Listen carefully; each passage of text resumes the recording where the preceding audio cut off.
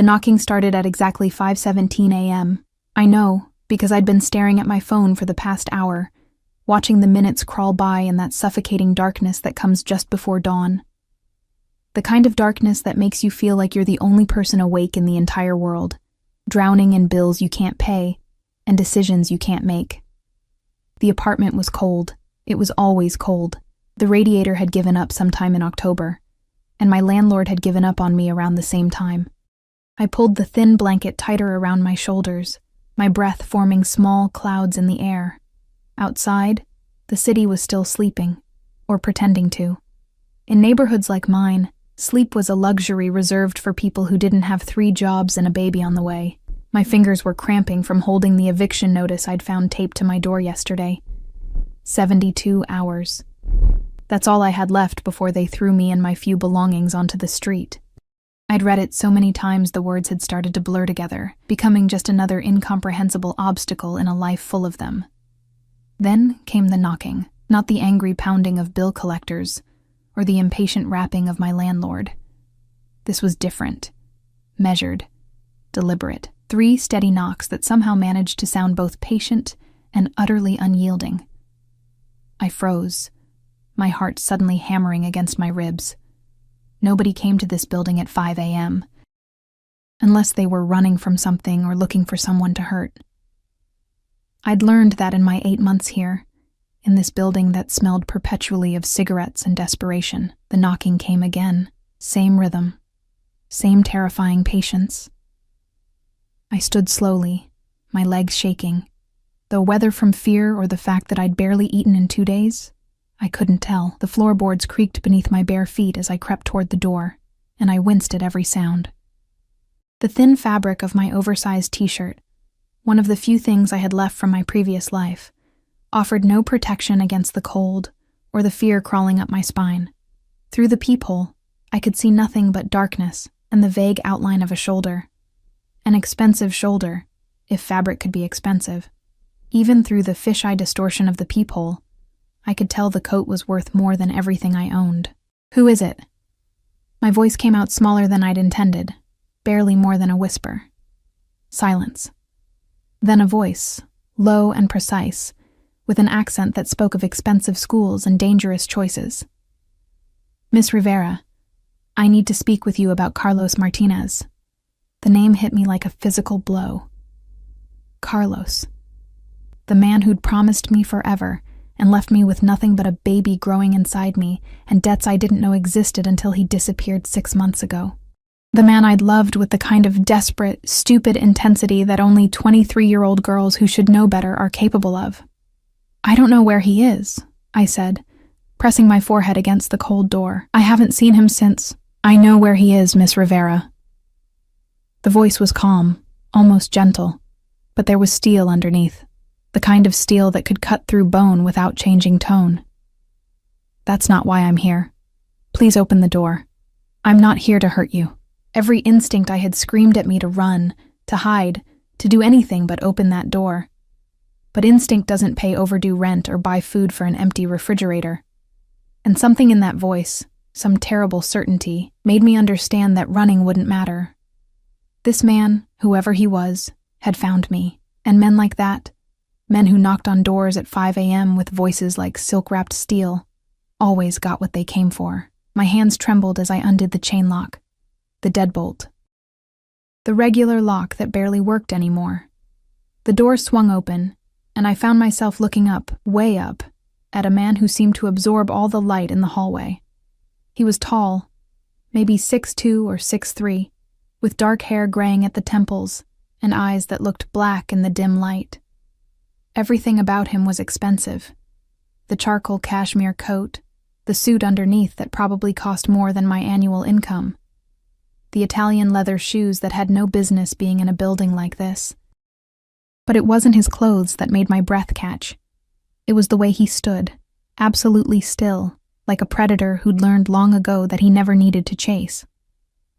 Behind him, half hidden in the shadows near the stairwell, I could make out the shape of another man, bigger, broader, The kind of presence that existed purely to remind you that violence was always an option. The man at my door studied me with eyes that missed nothing. I watched them catalog everything.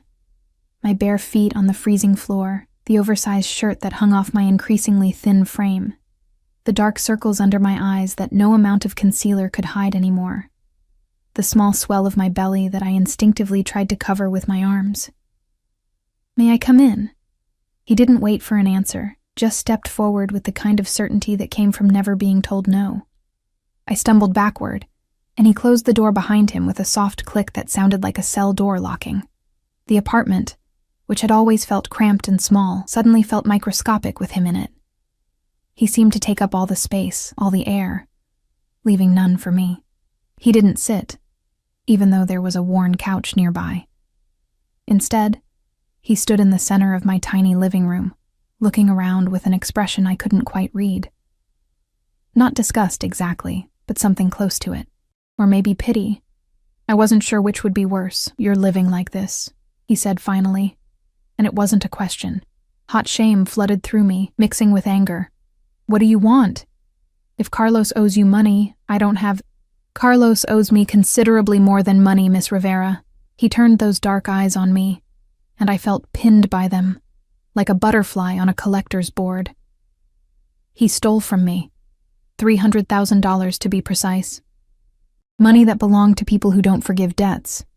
The number was so absurd, so impossibly large, that I almost laughed. Instead, I felt my knees go weak. I grabbed the back of a chair to steady myself. "I didn't know. I swear I didn't. I know." He pulled out his phone, not the regular kind, something sleeker, more secure looking, and showed me a photograph. Carlos, smiling at the camera, his arm around a blonde woman I'd never seen before. They were on a beach somewhere tropical, drinks in hand, looking like people without a care in the world. He's in the Maldives. He's been there for 4 months, spending my money with his actual wife. The words hit me like separate punches. Actual wife. 4 months. Maldives. I must have made some sound, because suddenly the man's hand was on my elbow, steady and warm, guiding me into the chair I'd been clutching. The gentleness of the gesture was somehow more terrifying than violence would have been. "Breathe, Miss Rivera," he said quietly, and I realized I'd stopped. "I'm not his wife," I whispered, staring at the photo. At Carlos's smile, the same one he'd given me when he said he loved me, when he promised we'd build a life together.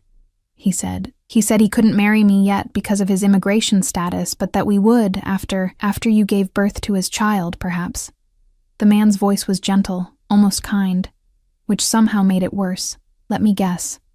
He told you he needed to settle his business affairs first, that his family was complicated, that he needed to keep you secret to protect you. Each word was a knife, cutting through every lie I'd told myself, every excuse I'd made. I nodded, unable to speak past the growing lump in my throat. The man crouched down so we were at eye level, and this close, I could see his eyes weren't black at all. They were a deep brown, almost amber in certain lights. There was a scar, thin and white, cutting through his left eyebrow. The faint smell of expensive cologne and something else, gun oil maybe, or just the metallic scent of danger, surrounded him. "My name is Alessandro Vittorio," he said, each syllable precise and deliberate.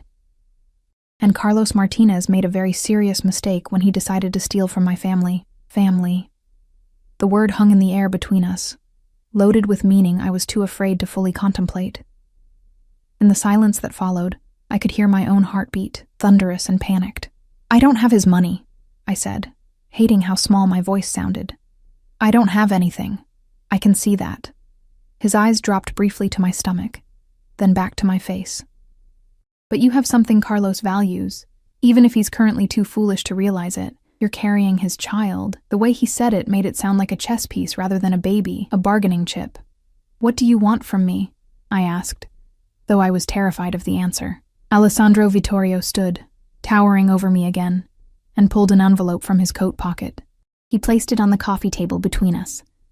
Expensive paper, thick and cream-colored, the kind that promised either salvation or damnation. "Carlos destroyed something that belonged to me," he said, his voice carrying that same terrible gentleness. More than money. He betrayed a trust, broke an oath. In my world, Miss Rivera, such things require recompense. I stared at the envelope, unable to look away. What's in there? A choice. He moved toward the door, and I felt my lungs expand again, able to breathe properly for the first time since he'd entered. But he paused with his hand on the knob, turning back to look at me with an expression I couldn't read. I was married until yesterday afternoon. 15 years. She decided my lifestyle was too dangerous, too uncertain. She took half of everything I own and left me with divorce papers and an empty house. I didn't understand why he was telling me this. What his divorce had to do with me or Carlos or any of this. I'm offering you a solution to both our problems, he continued. The details are in the envelope. You have until noon tomorrow to decide. After that, he shrugged, the gesture somehow more threatening than any explicit threat could be. After that, I'll be forced to extract my payment from Carlos by other means, and his child, your child, will grow up knowing their father died because he was a thief and a coward. Wait. I started to stand, but my legs wouldn't cooperate. He opened the door, and I could see the other man still waiting in the hallway, patient as a statue. Read the proposal, Miss Rivera. Consider it carefully.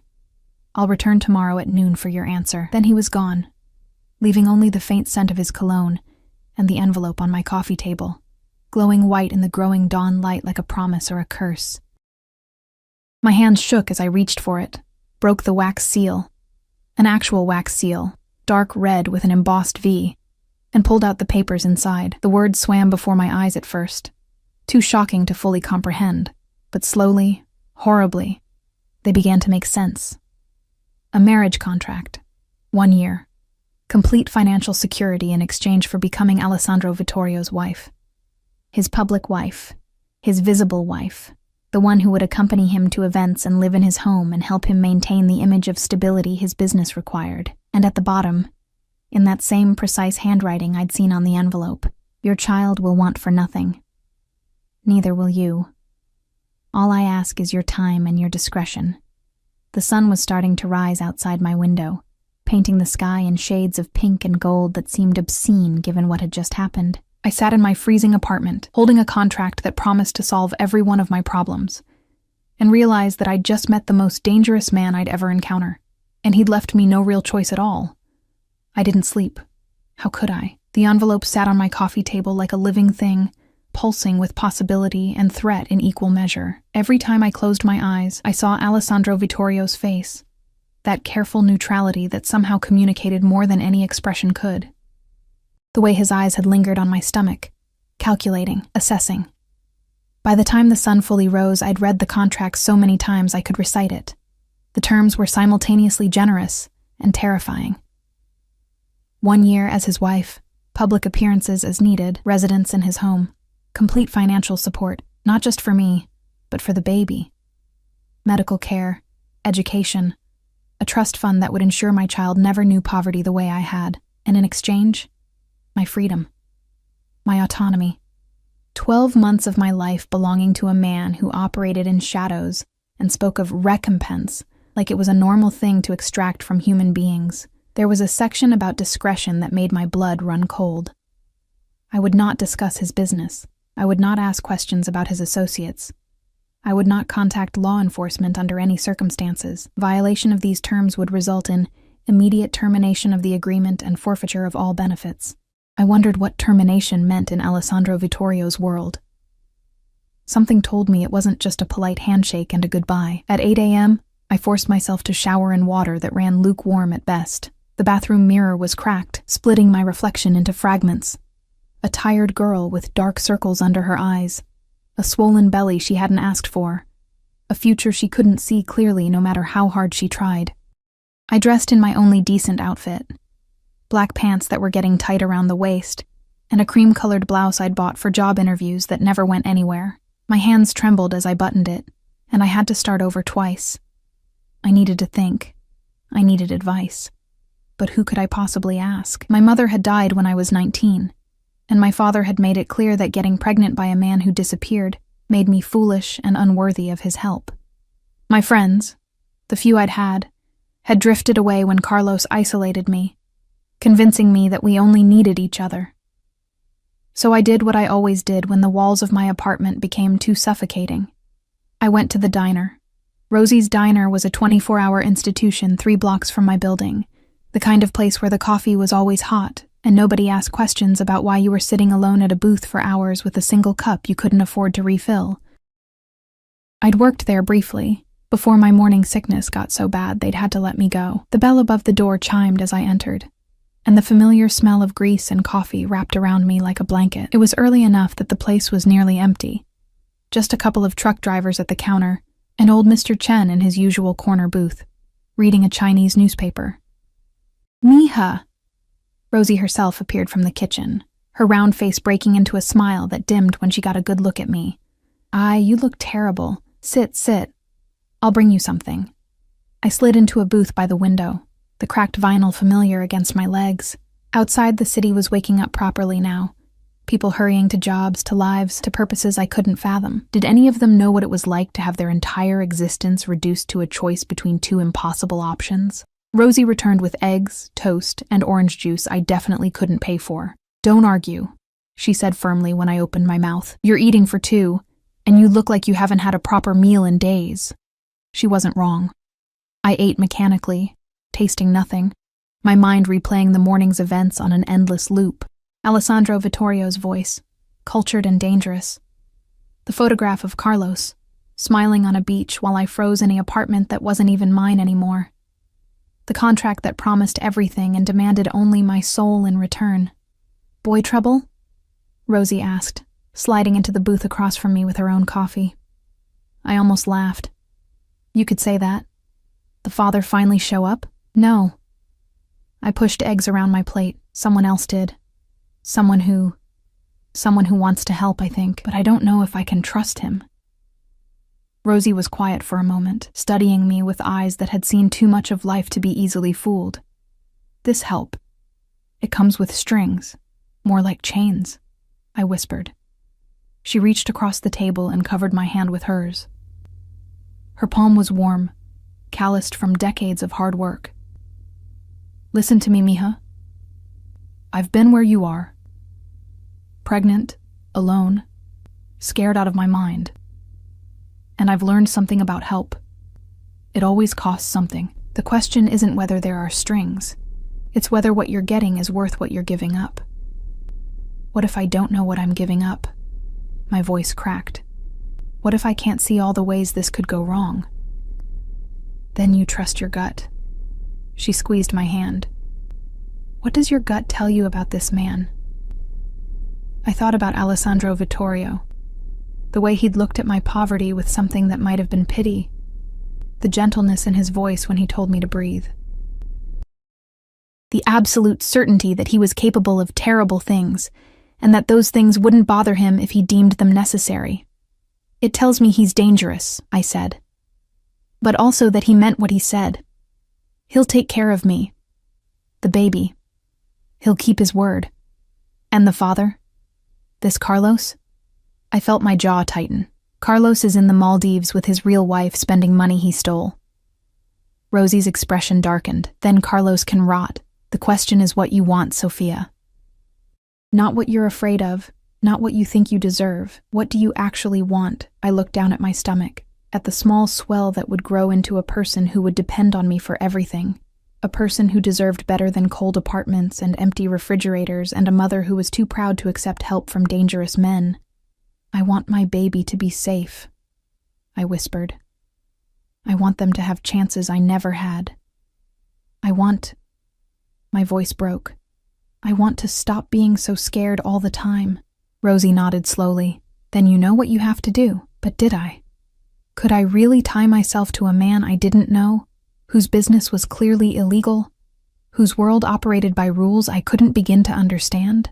Could I walk into that darkness willingly, even if it meant my child would have light? I left the diner at 10:30, Rosie's words echoing in my head. The walk back to my apartment felt both too long and too short. I needed more time to think, but I also needed this decision to be over. one way or another. The building looked even more decrepit in daylight. Peeling paint, broken windows on the third floor that had been broken since I moved in, graffiti on the walls that management had long since given up trying to remove. This was what I could offer my child on my own. This was the best I could do. I climbed the stairs slowly, my hand on the railing that wobbled with each step. On the second-floor landing, I passed Mrs. Kowalski, who'd lived here for 30 years and had stories about when this building was respectable. She looked at me with rheumy eyes and shook her head. "You should leave while you can, girl," she said in her thick accent. "This place, it's dying, and it takes everyone with it." I didn't have the energy to respond. I just nodded and kept climbing. My apartment door was closed, locked, exactly as I'd left it. But something felt different, wrong. I stood in the hallway, key in hand, trying to identify what had changed.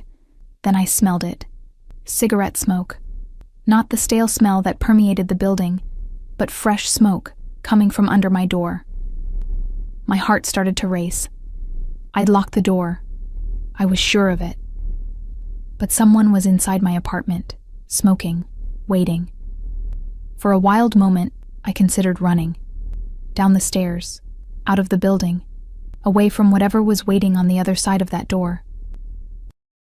But where would I go? And whoever was in there had already proven they could get past my locks. I turned the key with shaking hands and pushed the door open. Two men I'd never seen before sat in my living room like they owned it.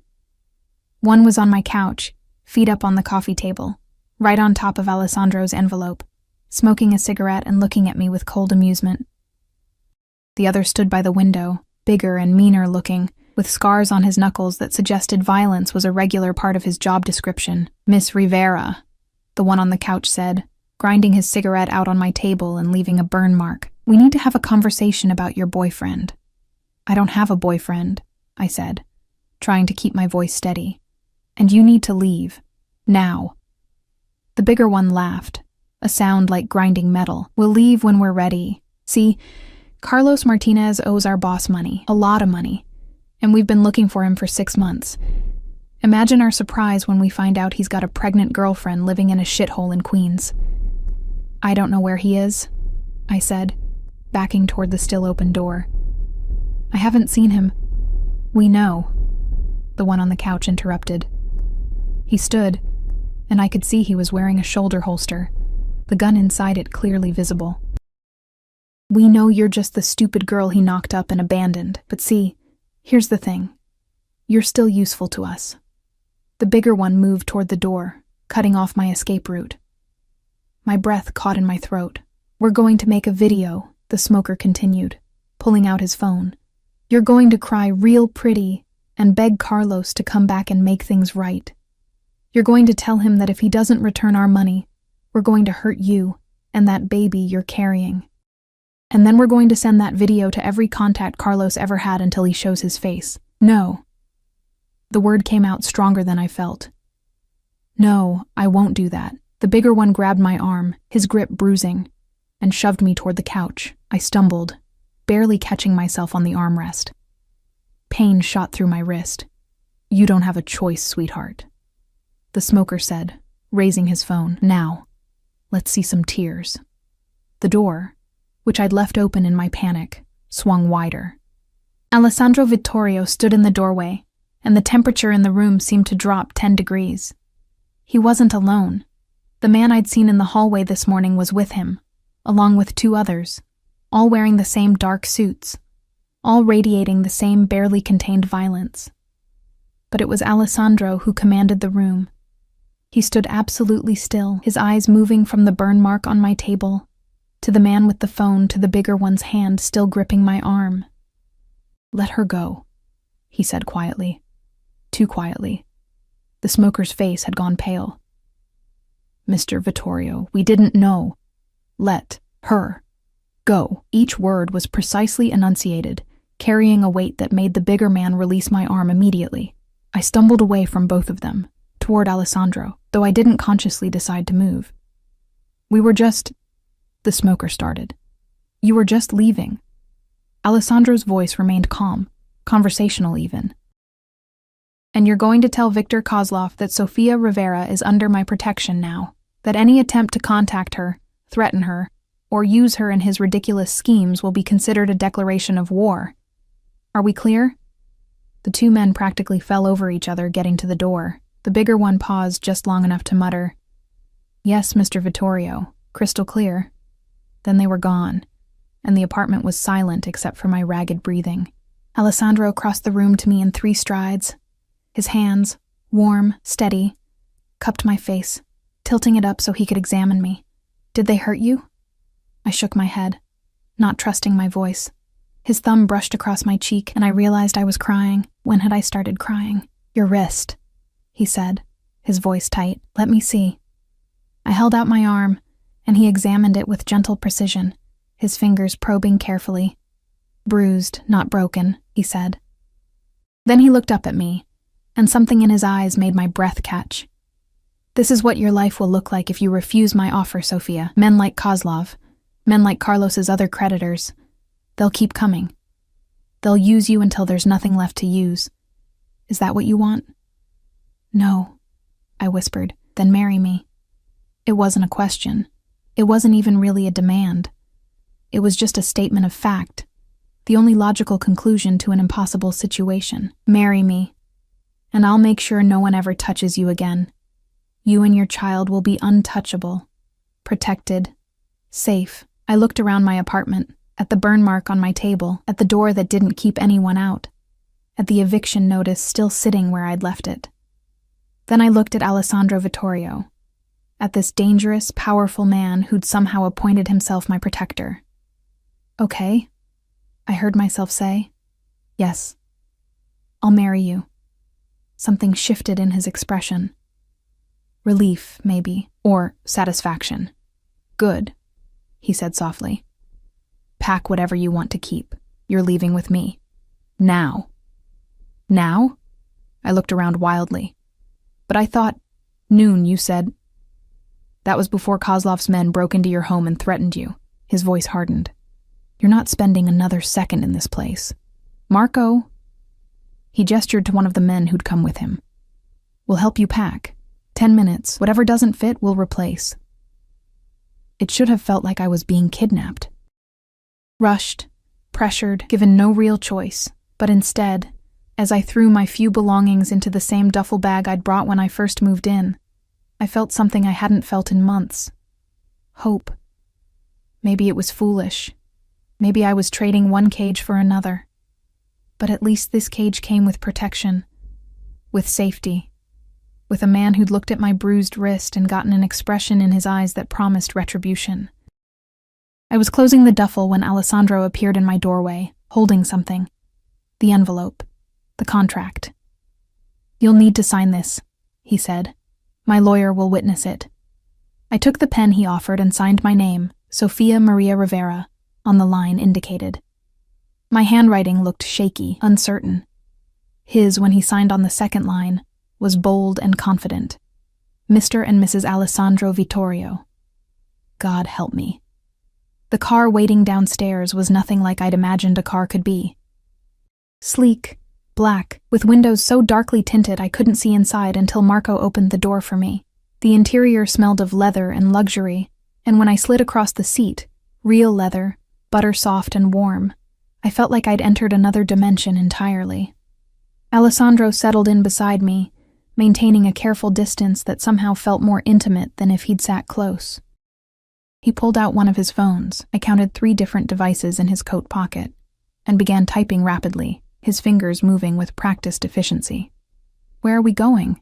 I asked, my voice sounding too loud in the quiet cabin. "My home," he said, without looking up. "Well, one of them. The penthouse in Manhattan. It's the most secure. Most secure. As if security was something measured in degrees, something you could quantify and optimize. I supposed in his world it was. The car glided through Queens, leaving behind the broken sidewalks and struggling bodegas that had been my entire universe for months. We crossed into Manhattan, and the city transformed. Gleaming towers reached toward a sky that seemed bluer here, cleaner. People on these streets walked with purpose and confidence, their clothes expensive, their problems probably very different from mine.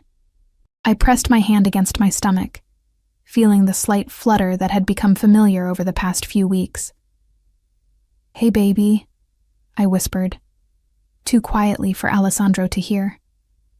"I hope I'm doing the right thing. I hope you'll forgive me if I'm not." The car pulled up to a building that looked like it belonged in a magazine. All glass and steel, with a doorman in an actual uniform who snapped to attention when he saw our vehicle. Marco opened my door, and I stepped out onto a sidewalk so clean it looked freshly washed. "Mr. Vittorio," the doorman said, his tone deferential. "Welcome home, sir." Alessandro's hand found the small of my back, guiding me forward. The touch was light, impersonal, but it sent electricity shooting up my spine anyway. "This is my wife, Sophia," he said, and I heard heads turn in the lobby. "She's to have full access to the building. Her word is my word." Wife. The word hung in the air, impossible and real all at once. The lobby was all marble and modern art, with a security desk manned by 2 men who watched us with sharp, assessing eyes. Not regular security guards. These men had the same careful stillness as Marco, the same awareness that spoke of violence held carefully in check. The elevator was private, requiring a key card that Alessandro produced from his wallet. We rode up in silence, just the 2 of us now, Marco having stayed behind in the lobby. The numbers climbed, 20, 30, 40. Higher than I'd ever been in my life. The doors opened directly into an apartment that made my breath catch. Floor-to-ceiling windows overlooked Central Park, the trees just beginning to show their autumn colors. The space was enormous, all clean lines and expensive furniture. Art on the walls that I suspected was original. Everything was in shades of cream and gray and black, sophisticated and intimidating in equal measure. "The master bedroom is through there," Alessandro said, pointing to a hallway on the left. "You'll have your own bathroom, walk-in closet. There's also a guest room being converted into a nursery. I had my assistant start the process this morning. This morning." He'd been so confident I would say yes that he'd started preparing before I'd even signed the contract. "I took the liberty of having some clothes delivered," he continued, walking toward the kitchen. A massive space with appliances I didn't recognize. "They're in the closet. If anything doesn't fit or isn't to your taste, we'll replace it. You bought me clothes." The words came out strangled. "How did you even know my size?" He gave me a look that suggested the question was naive. "I know everything about you, Sophia. Your dress size, your shoe size, your medical history, your bank account balance, or lack thereof. I don't make decisions without information." The casual invasion of my privacy should have made me angry. Instead, I just felt tired. "Of course you do." Something in my tone made him pause. He set down the phone he'd been about to check and actually looked at me. Really looked at me, for the first time since we'd entered the apartment. "You're exhausted," he said. And it wasn't a question. "When did you last sleep?" "I don't know. Yesterday? The day before?" Time had become fluid, meaningless. He moved toward me, and I instinctively stepped back. He stopped immediately, holding up his hands in a gesture of peace. "I'm not going to hurt you, Sophia. I need you to understand that, whatever else I am, whatever you've heard or will hear about me, I don't hurt women. I don't hurt children. Those are lines I don't cross. You hurt people, though." I wasn't sure why I said it, why I was poking at this dangerous man. Maybe I needed to know exactly what I'd gotten myself into. "Yes," he said simply. "I hurt people who deserve it, people who steal from me, betray me, threaten what's mine. But you're not those people. You're—" He stopped, seeming to choose his words carefully. "You're under my protection now. That means something in my world. It means everything. What's mine?" The possessiveness in those words should have terrified me. Instead, after months of being nothing to anyone, being claimed felt almost like relief. "I should show you the bedroom," he said, shifting back to business. "You need rest. We have a dinner tonight at 8. Business associates I need you to meet. But until then, sleep. Eat. There's food in the refrigerator, or I can have something brought up. Tonight?" I followed him down the hallway, my mind reeling. "But shouldn't we wait?" He pushed open a door, revealing a bedroom larger than my entire previous apartment. A massive bed dominated the space, covered in what looked like silk sheets. Word is already spreading that I've taken a new wife. Every moment we delay in making a public appearance, my enemies will see as weakness. We need to be seen together. Soon. Preferably tonight. The bedroom had the same floor-to-ceiling windows as the living room, offering a view that made my knees weak. I could see the entire park from here. Could see the city spreading out in all directions like a promise or a threat. "The closet is through there," Alessandro said, gesturing to another door. "Bathroom is there. If you need anything, there's an intercom system. Just press the button marked main and someone will respond. Someone, not him. Someone whose job was to respond to needs and requests from the wife of Alessandro Vittorio. What if I want to leave? The question escaped before I could stop it. What if I want to go outside, take a walk? His expression tightened almost imperceptibly. Then Marco or one of the other guards will accompany you. You don't go anywhere alone, Sophia. Not anymore, so I'm a prisoner. I'd known this would be part of the deal, but hearing it stated so baldly still hurt. You're protected, he corrected. There's a difference. Kozlov's men proved why this is necessary. There are others like them, worse than them. People who would use you to get to me, now that you're my wife. I won't allow that. He moved to leave, then paused in the doorway. The contract specified 1 year, Sophia. 12 months. After that, if you want to leave, you can. I'll set you up somewhere safe. Make sure you and the child are provided for. But for that year, you live by my rules. You accept my protection. You play the role we've agreed to. Are we clear? I nodded, not trusting my voice. Good. Rest now. I'll wake you at 6 so you have time to prepare for dinner. Then he was gone, and I was alone in a bedroom that cost more than I'd earn in a lifetime, looking out at a view that seemed to belong to someone else's life entirely. I should have felt grateful, safe, protected, just as he'd promised. Instead, I felt like I'd made a deal with the devil and was only now beginning to understand the price. I must have fallen asleep, because I woke to gentle knocking and the smell of food. The light outside had changed, golden hour, the sun beginning its descent toward the horizon. I sat up groggily, disoriented, until I remembered where I was. The knocking came again. Miss Rivera? A woman's voice, accented, Italian maybe. Mr. Vittorio asked me to bring you food and help you prepare for this evening. I opened the door to find a woman in her 50s, elegantly dressed, holding a tray with soup, bread, and what looked like fresh fruit. Her smile was warm but professional. I'm Maria, she said, moving past me to set the tray on a small table by the window. I've worked for Mr. Vittorio for 12 years. I'll be helping you adjust to your new life here. New life. As if I could just shed the old one like a coat that didn't fit anymore. I'm not very hungry, I started to say, but Maria was already shaking her head. You need to eat. For the baby. Mr. Vittorio was very specific about this. And you need to look your best tonight. There will be many eyes on you, many questions about who you are and where you came from. She moved to the closet and began pulling out dresses. He chose this one, she said, holding up a deep emerald silk that probably cost more than my car used to. He has excellent taste. It will complement your skin tone beautifully. I ate the soup mechanically, while Maria laid out clothes, shoes, jewelry. She talked the entire time about the building, about Alessandro's preferences, about what would be expected of me at dinner. The important thing is to stay close to him, she said, helping me into the dress an hour later. Don't wander off, don't accept drinks from anyone else, don't discuss his business, just smile, be gracious, and let him do the talking. The dress fit perfectly, skimming over my small bump in a way that made it less obvious. Maria did my makeup, subtle but polished, and styled my hair into soft waves that made me look like someone else entirely, someone who belonged in penthouses and expensive restaurants. When I looked in the mirror, I barely recognized myself. Alessandro was waiting in the living room when I emerged, and the way his eyes swept over me made heat flood my cheeks.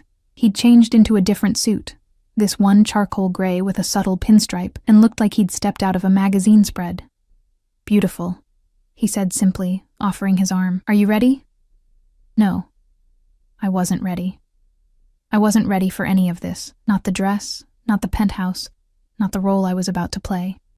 But I took his arm anyway, felt the solid strength of him beneath the expensive fabric, and nodded. Yes, I lied. I'm ready. The restaurant was called Mafia, and even I, with my limited knowledge of fancy dining, had heard of it. 2 Michelin stars, 6-month waiting list. The kind of place where people proposed and celebrated anniversaries and made business deals worth millions. We were seated immediately, naturally, at the best table in the house, a corner booth with a view of the dining room and both exits. Alessandro positioned himself so his back was to the wall, and I realized this was habit, instinct. Always watching. Always ready. Within minutes, people began approaching our table. Men in expensive suits who shook Alessandro's hand and eyed me with curiosity. Women dripping in diamonds who air-kissed his cheeks and sized me up like competition.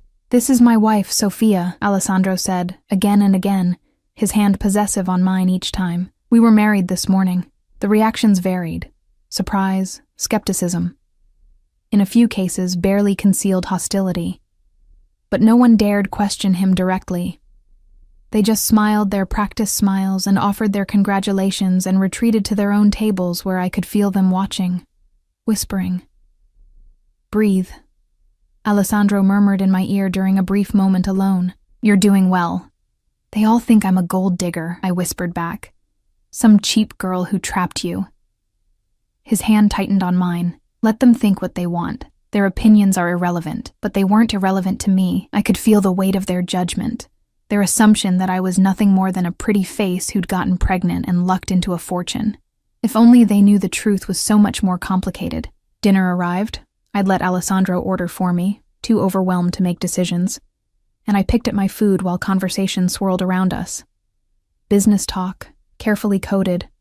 References to shipments and territories and arrangements that sounded legitimate until you paid attention to what wasn't being said. I was finishing my second glass of water when a woman approached our table, late 30s, stunning in a way that took effort and money, wearing a dress that probably cost more than a car. She walked with the confidence of someone used to getting what she wanted. Alessandro, she purred, completely ignoring me. I heard rumors, but I had to see for myself. Married? Again? Already? Alessandro's expression went carefully blank. Veronica, this is my wife, Sofia. Veronica finally deigned to look at me, and the dismissal in her eyes was immediate and cutting. How sweet. Tell me, dear, how long have you two known each other? Long enough, Alessandro said, his voice taking on an edge I hadn't heard before. Long enough to know about his late-night meetings?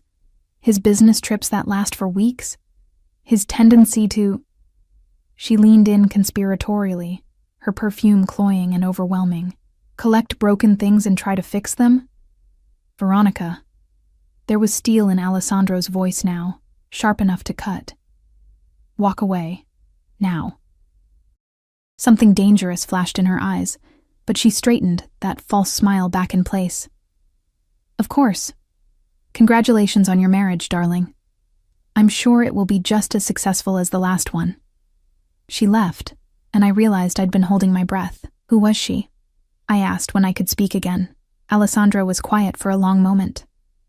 My ex-wife's sister, he finally said. She never approved of me, never thought I was good enough for her family. She's not wrong, but that doesn't mean I have to listen to her poison. His ex-wife's sister, God. What had I walked into? We left the restaurant shortly after, Alessandro's hand never leaving the small of my back as we navigated through the dining room. I could feel eyes following us, whispers trailing in our wake. In the car, Alessandro made several phone calls in rapid Italian, his tone clipped and authoritative. I stared out the window at the city lights, at all the people living normal lives with normal problems, and wondered if I'd ever feel normal again. You did well tonight, Alessandro said when he finally ended his last call. I know it wasn't easy. Everyone thinks I'm just some girl after your money, I said, still looking out the window. Everyone thinks what I want them to think, he corrected, which is that you're my wife and therefore untouchable. That's all that matters. Back at the penthouse, exhaustion crashed over me like a wave. Alessandro walked me to my bedroom door, and for a moment, we stood there in awkward silence. Tomorrow we'll go to my lawyer to make everything official in terms of your status, finances, medical coverage, he said, and we need to discuss security protocols more thoroughly. But tonight, rest. Alessandro? I caught his arm before he could leave. Thank you. For today. For getting rid of those men. For all of it. Something softened in his expression. You're my wife now, Sophia. That means something to me. Get some sleep. Tomorrow is going to be another long day.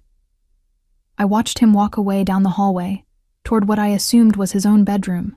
Separate rooms, separate lives, connected only by a contract and circumstances neither of us had fully chosen. I changed into the silk pajamas Maria had left out, because apparently I wore silk now, and climbed into bed. The sheets were cool and smooth, the mattress more comfortable than anything I'd ever experienced. But as I lay there in the darkness, looking out at the city lights that never truly went dark, I couldn't help but wonder, had I escaped one trap only to walk willingly into another? And which man was more dangerous? The one who'd abandoned me, or the one who'd claimed me? The next 3 weeks passed in a blur of impossible adjustments. Maria became my constant companion, teaching me things I'd never imagined I'd need to know. How to navigate a formal dinner with 6 different forks, which designers Alessandro preferred. How to smile through conversations with people who looked down on me while maintaining the dignity befitting Mrs. Vittorio. How to move through a room full of dangerous men without showing fear. Posture, Mrs. Vittorio, she'd say, gently correcting the way I held myself. You represent him now. Every gesture, every word, it all reflects on Mr. Vittorio. The pressure was suffocating, but slowly, impossibly, I began to adapt. Alessandro was gone most days, leaving before I woke and returning after I'd gone to bed. Our interactions were brief, professional. He'd ask about my doctor's appointments. He'd arrange for me to see the best obstetrician in Manhattan, naturally. He'd inquire if I needed anything. He'd remind me of upcoming events where my presence was required. But he never touched me beyond what was necessary for appearances, never asked about my past beyond what was relevant to our arrangement, kept a careful, respectful distance that should have felt like relief, but instead felt like loneliness. The penthouse, for all its luxury, felt like a beautiful cage. I could go to the gym on the building's 40th floor, but only with Marco hovering nearby. I could shop, but only at approved stores with a guard trailing behind. I could walk in Central Park, but never alone, never without the constant awareness that I was being watched, protected, controlled. My body changed rapidly. At 18 weeks now, the baby was unmistakable. I'd felt the first real kicks 3 days ago, lying alone in that massive bed, and had cried because I had no one to share it with. Carlos had abandoned me. Alessandro was a stranger, and my child was growing inside me, about to be born into a world I didn't understand. It was a Thursday afternoon when everything shifted.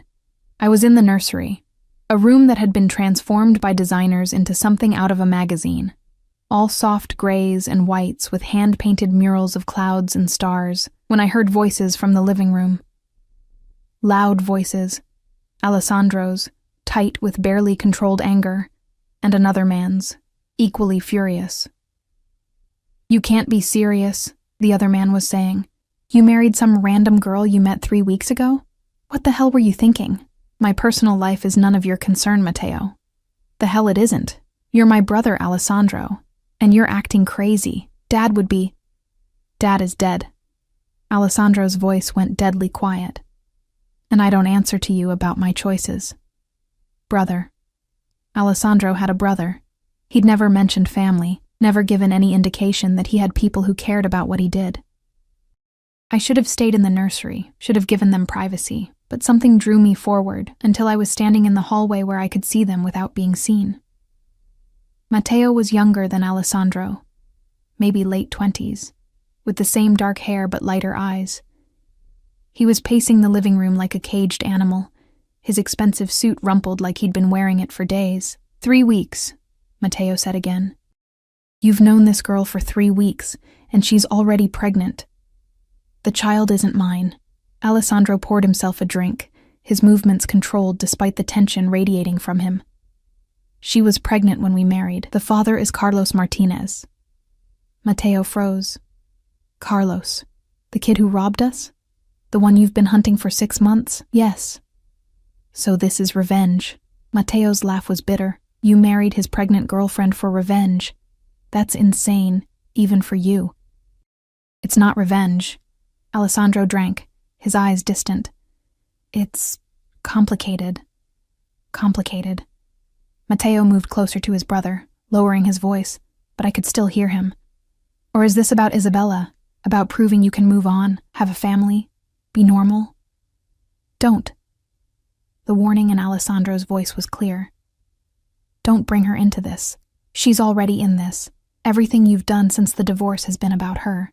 The late nights, the obsessive work, and now this, marrying a stranger, playing house with someone else's baby. You're not fooling anyone, Alessandro. Least of all yourself. I pressed my hand against my stomach, feeling the baby move, and something sharp twisted in my chest. Was that all I was? A replacement? A way for Alessandro to fill the void his ex-wife had left? Sofia is my wife, Alessandro said, his voice steady but strained. That's all you need to know. She's under my protection, and anyone who threatens her threatens me. Including you, if you continue down this path. I'm trying to protect you, Mateo said, and for the first time, I heard genuine concern in his voice. From yourself. From whatever self-destructive thing you think you're doing. You can't save her, Alessandro. You can't save everyone. Get out. Alessandro, get out. The shout made me jump, made my heart race. I'd never heard Alessandro raise his voice, never seen the careful control slip. I don't need your concern or your judgment. I need you to do your job and leave my personal life alone. Silence. Then footsteps. Mateo walking toward the elevator. His shoulders slumped into feet. I retreated quickly to the nursery, my mind racing. Alessandro had married me to replace his ex-wife, to prove something, to fill a void.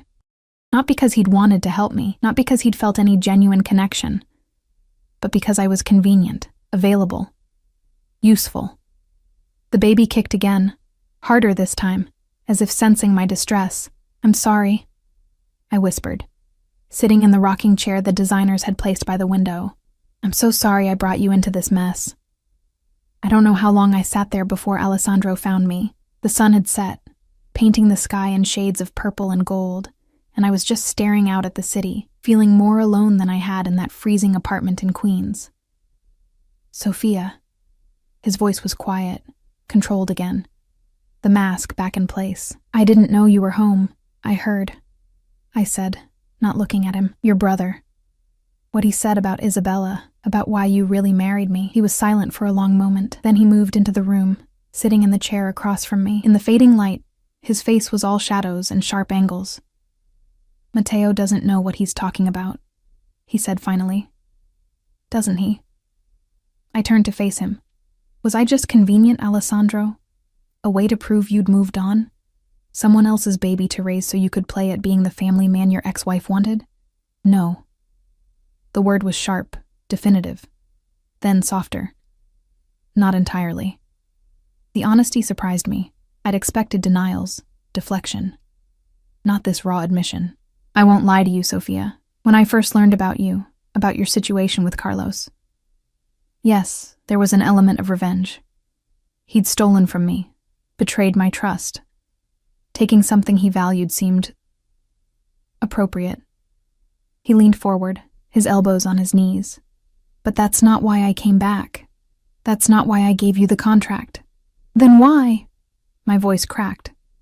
Why did you really do this? He was quiet for so long I thought he wouldn't answer. Then, because when I saw you in that apartment, freezing and alone and still trying so hard to be strong, you reminded me of someone, not Isabella, my mother. I hadn't expected that. Your mother? She was 17 when she got pregnant with me. Unmarried, poor, from a village in Sicily where that kind of thing meant shame for your entire family. His voice went distant, remembering. My father, my biological father, was from a wealthy family. He wanted nothing to do with her, left her with nothing but promises he never intended to keep. The parallel wasn't lost on me. What happened to her? She survived. Barely. Worked herself to death trying to give me a decent life. She was 34 when she died, but she looked 60, worn down by poverty and men who used her, and a world that punished her for a choice she'd made at 17. He looked at me then, and I saw something raw in his eyes. When I saw what you were facing, I couldn't walk away. I couldn't let another woman suffer like my mother did, not when I had the power to prevent it. Tears were streaming down my face now, and I didn't bother wiping them away. So I'm your penance. Your way of making up for not being able to save her. Maybe.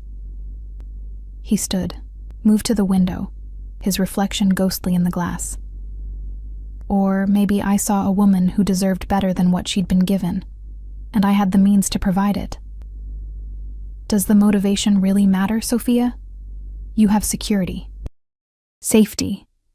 Your child will have everything mine didn't. Everything except a father who actually wants them, I said bitterly. He turned sharply. I will be a father to your child. That was part of our agreement. I will provide, protect, raise them as my own.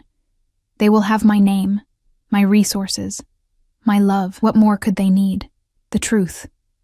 I stood, my hands clenched into fists. They'll need to know the truth, that their real father abandoned them, that their mother married a stranger out of desperation, that this whole thing is built on lies and convenience and survival. Alessandro interrupted, crossing the room until he was standing in front of me.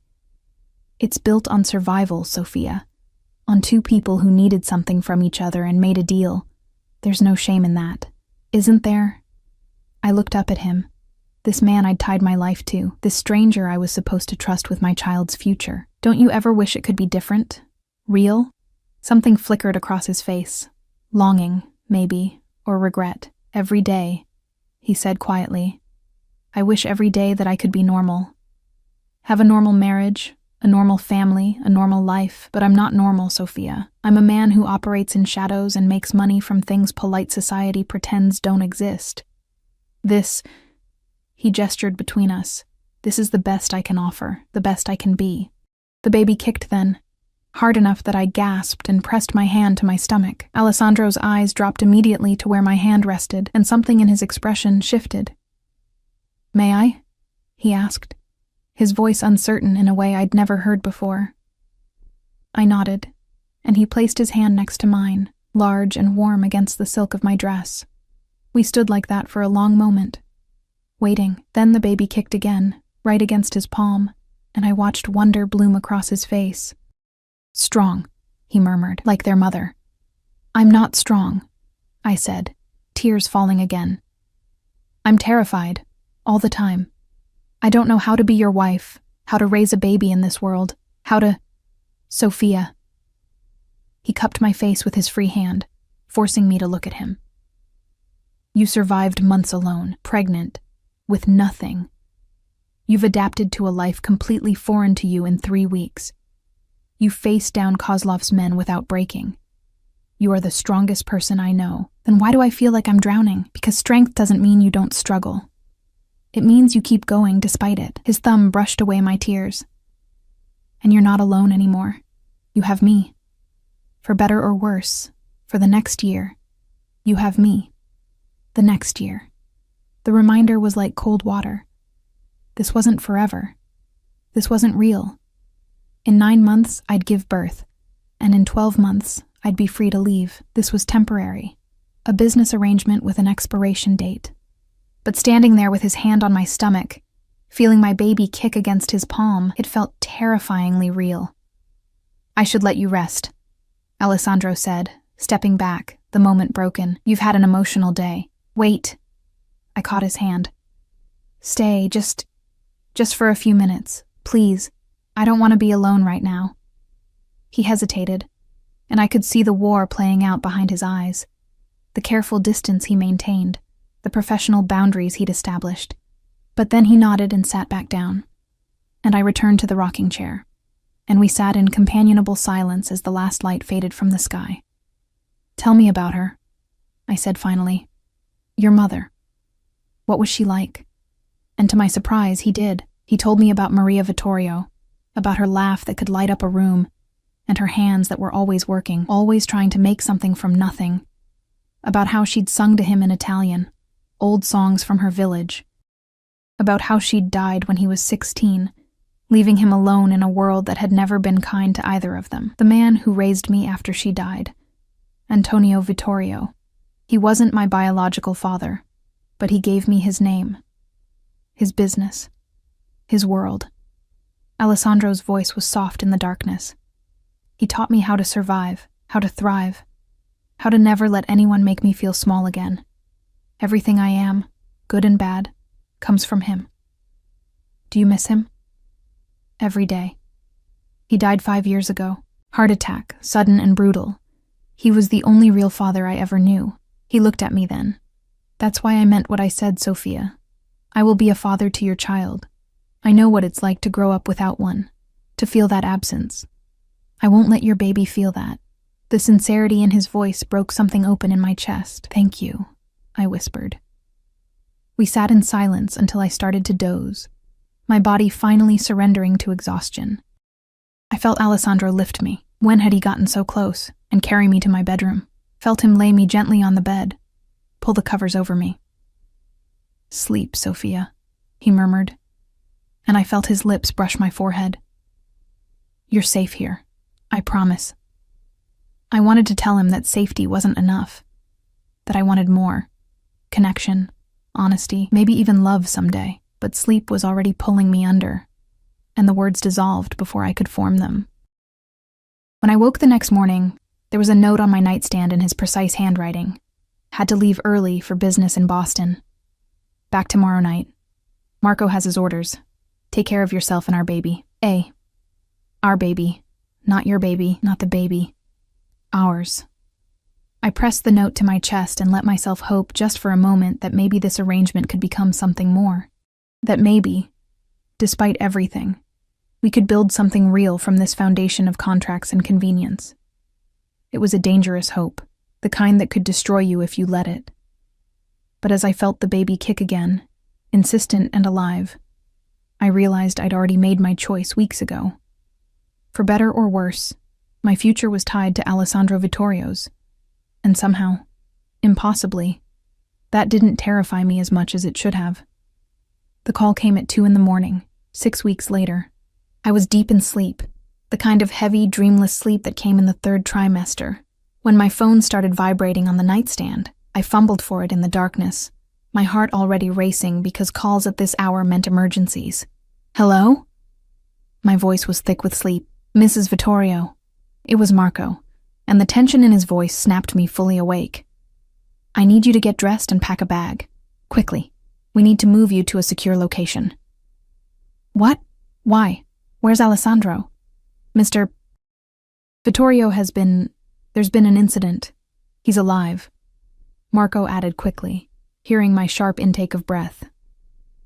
But there was an attempt tonight, on his life, and we have intelligence that suggests you may be a target as well. The room spun. I pressed my hand against my stomach. 24 weeks now, the baby growing stronger every day, and tried to breathe. What kind of incident? I can't discuss details over the phone. Please, Mrs. Vittorio, get dressed. 5 minutes. He hung up, and I was moving before I fully processed what was happening. Clothes, phone charger, the medical file my obstetrician had given me in case of emergencies. My hands were shaking so badly I could barely zip the bag. Marco was at my door in exactly 5 minutes, along with 3 other guards I recognized from the building. Their faces were grim, professional, and that scared me more than anything. Where is he? I demanded as they hustled me toward the private elevator. I want to see Alessandro. He's at a secure facility receiving medical attention, Marco said, his hand firm on my elbow as we descended.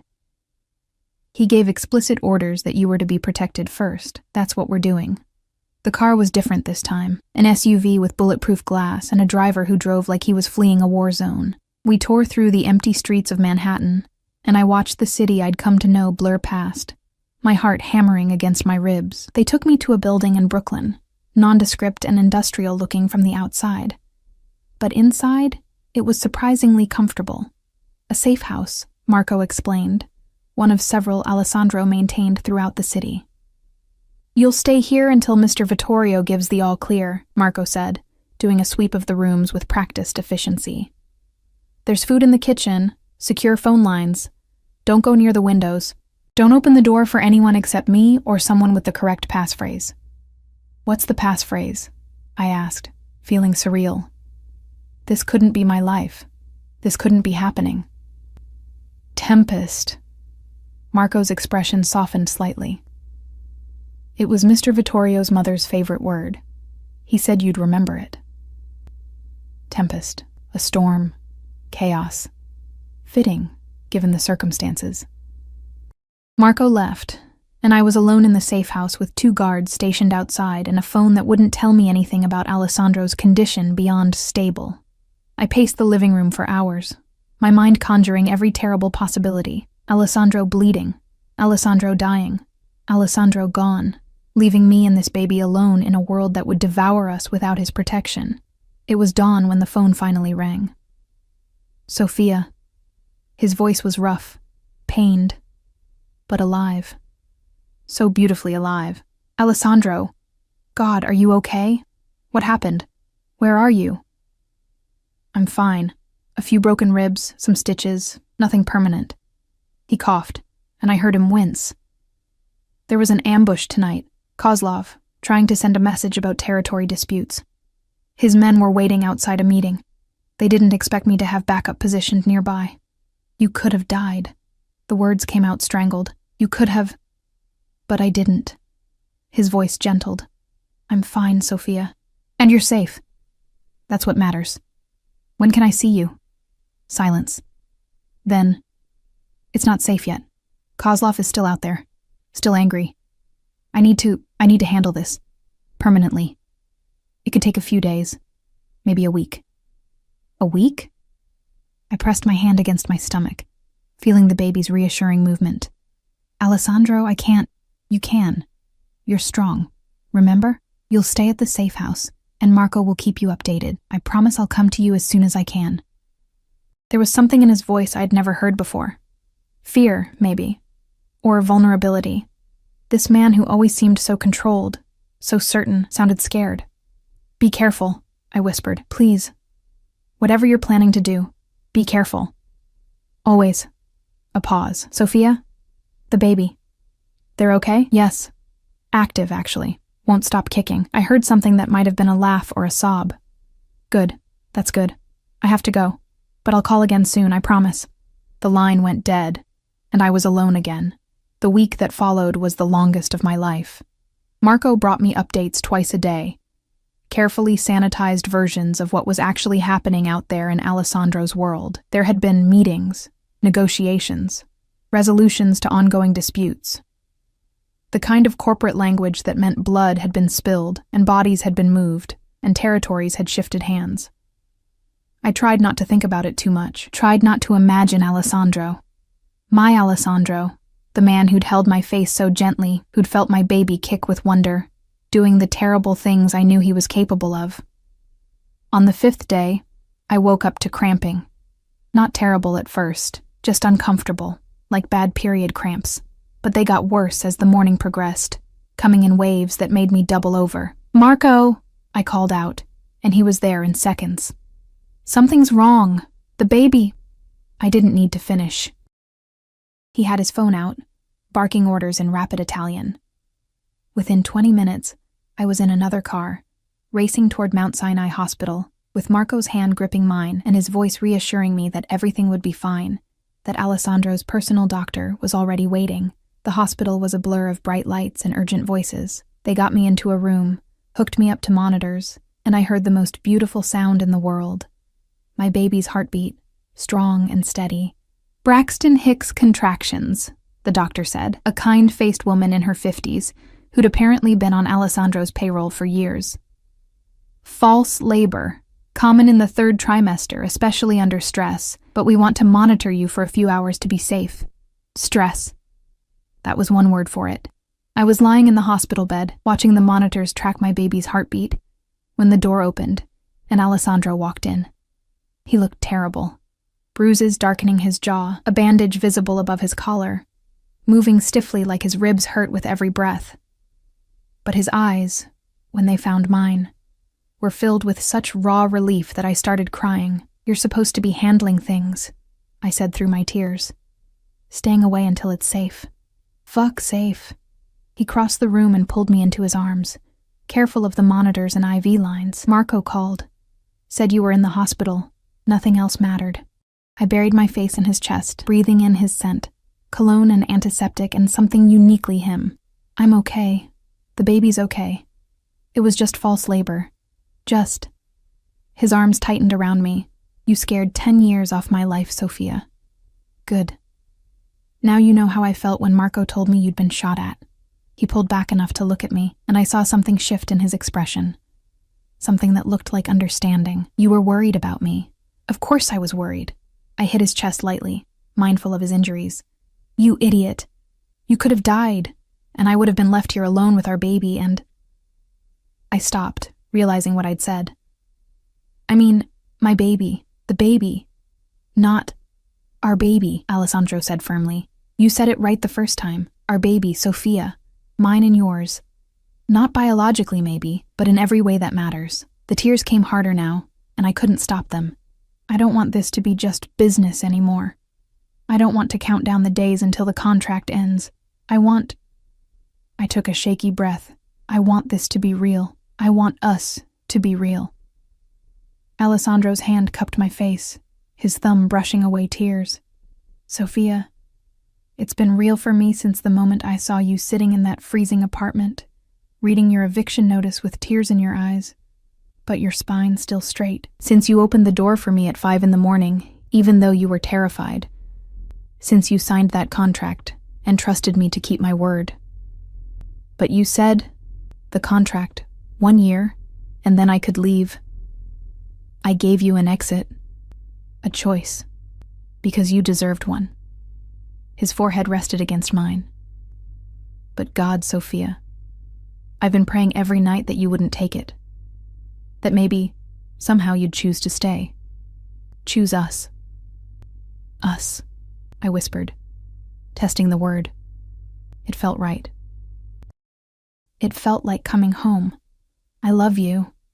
The words came out rough, unpracticed, like he'd never said them before and wasn't sure how they'd be received. "I know I have no right to. I know this started as business and convenience and maybe a little revenge, but somewhere along the way, you became everything. You and this baby. You're my family, my real family, and I will spend the rest of my life protecting you, providing for you, loving you, if you'll let me." I kissed him, pulled him down to me despite the monitors and the hospital bed and the doctor who was probably still outside. Kissed him like I'd been wanting to for weeks, like he was oxygen, and I'd been drowning. When we finally broke apart, we were both breathing hard. "I love you too," I said. "I think I have for a while. I was just too scared to admit it. Too scared that it wasn't real, that I was just convenient, that—" "You were never convenient," he interrupted. "You were terrifying. You made me feel things I'd locked away after my divorce. You made me hope for things I'd given up on. You made me want to be better, to be the man my mother would have been proud of." The baby kicked then, hard enough that Alessandro felt it against his chest. He looked down in wonder, his hand moving to my stomach. "They know your voice," I said softly. "They always move when you're around." "Smart baby." He smiled, and it transformed his face, made him look younger, lighter. "Takes after their mother. What happens now?" I asked, reality creeping back in. "With Kozlov? With all the danger?" Alessandro's expression hardened slightly. "Kozlov is no longer a threat, neither is Carlos. He's been dealt with. The money has been recovered, and certain messages have been sent to anyone else who might consider challenging us. You're safe now, Sophia. Truly safe." I should have asked what dealt with meant. Should have questioned the darkness that flickered across his face, but I was tired of being afraid. Tired of questioning every good thing that happened to me. "Okay," I said simply. "I trust you. Even knowing what I am, what I do. I know you're dangerous. I know you operate in a world I don't fully understand and maybe never will. But I also know you kept every promise you made to me. You protected me. You gave me and this baby a future. My voice cracked. You made me feel safe for the first time in my entire life. So yes, Alessandro, I trust you. He kissed me again, softer this time, reverent. I'm going to marry you again, he murmured against my lips, properly this time. Not a contract, not a business arrangement, a real wedding, with your choice of venue and dress and guests. If you'll have me. I'll have you, I whispered. On one condition. Anything. No more secrets. No more separate bedrooms. No more pretending this is temporary. If we're doing this, really doing this, I want all of you. The good and the bad and everything in between. Deal. He kissed my forehead, my cheeks, my lips. God, Sophia. You have no idea what you've given me, what you've both given me. The doctor chose that moment to return, clearing her throat diplomatically. Well, everything looks good. Baby's heartbeat is strong. Contractions have stopped. I'd like to keep you overnight for observation, but I think you'll both be fine. Both? Alessandro raised an eyebrow. All three of us, doctor. Don't forget about me. She laughed. All three of you, then. I'll give you some privacy. When she left, Alessandro pulled a chair next to my bed and took my hand. Tell me about the nursery. You've been making changes, haven't you? Maria said you had opinions about the color scheme. And just like that, we were talking about normal things, paint colors and baby names and whether we should find out the gender or be surprised. We talked until visiting hours ended, and then Alessandro pulled rank and money and stayed anyway, sleeping in the uncomfortable chair beside my bed, with his hand never leaving mine. 4 months later, I gave birth to a daughter. Lucia Maria Vittorio came into the world screaming, all 7 pounds and 3 ounces of her, with dark hair and Alessandro's amber eyes, and my nose. She was perfect. Impossibly, miraculously perfect. Alessandro cried when the doctor placed her in his arms. Actually cried, tears streaming down his face as he looked at our daughter with such love, it made my chest ache. "Hello, little one," he whispered. "I'm your papa, and I promise, I swear on everything I am, that I will protect you and love you for the rest of my life. You and your mother, my girls, my family." Lucia wrapped her tiny hand around his finger, and I watched my husband, my real husband now, we'd remarried 3 months ago in a small ceremony with just his brother and Maria and a few close friends, fall completely, irrevocably in love with a child who wasn't biologically his, but was his in every way that mattered. The next morning, there was a knock on my hospital room door. Marco entered, looking uncomfortable, holding a large envelope. "Mrs. Vittorio," he said formally. "This arrived for you. It's from Carlos Martinez." The name sent ice through my veins. I'd almost forgotten about Carlos, about the man who'd started this whole chain of events. Alessandro had told me he'd been handled, but I'd assumed that meant paid off, or scared off, or possibly dead. Not writing letters. Alessandro took the envelope before I could, his jaw tight. "I'll read it first." "No." I held out my hand. "I need to see it. Whatever he has to say, I need to know." The letter was short, written in Carlos's familiar handwriting on prison stationery. My hands shook as I read. "Sophia, I don't expect forgiveness. I don't deserve it.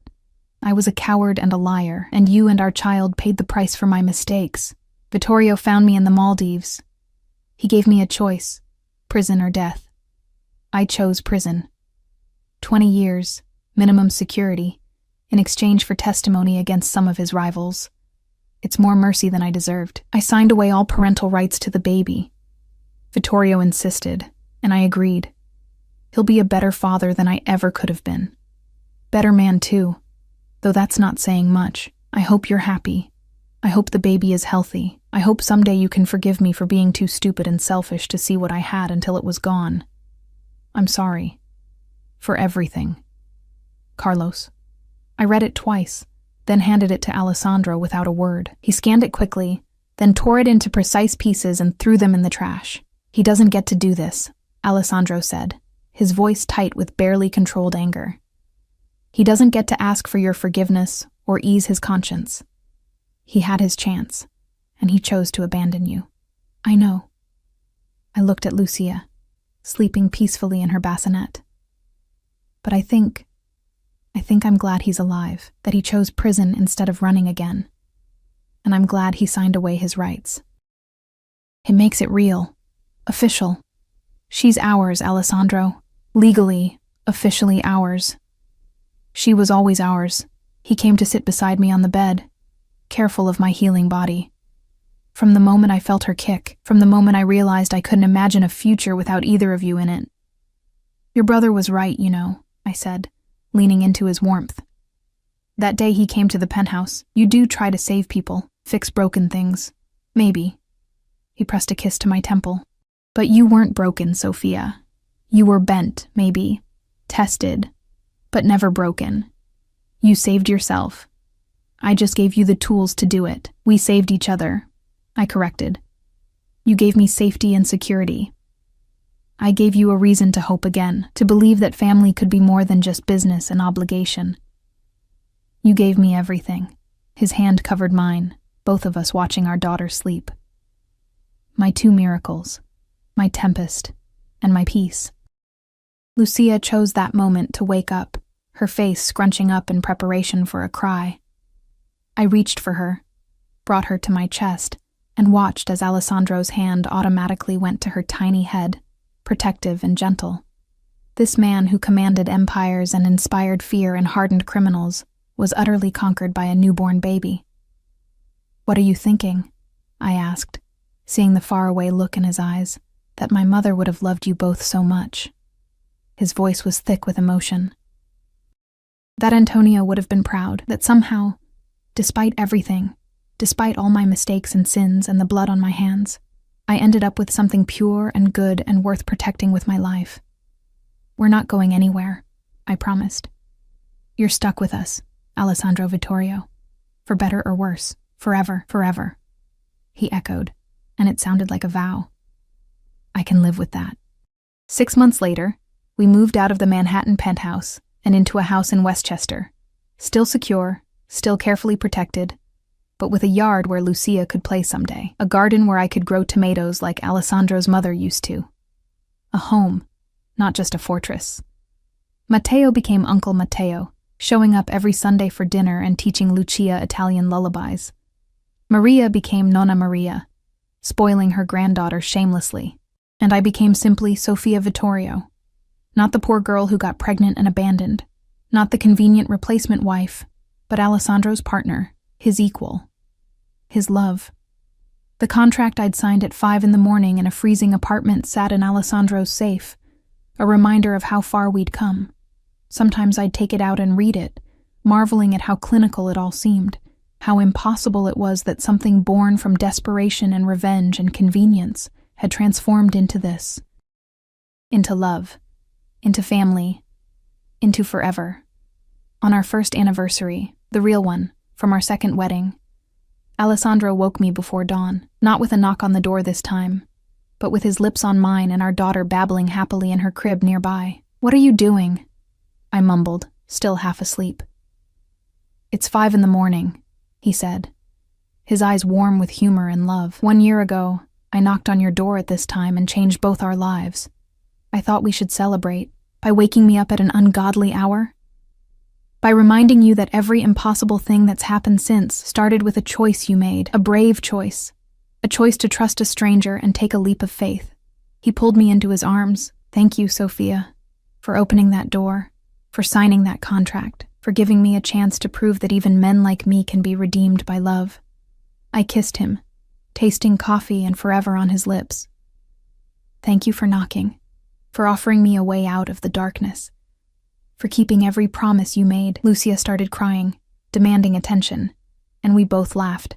Alessandro got up to get her, and I watched as he scooped her up, whispering to her in Italian, promising her the world. This was my life now, our life.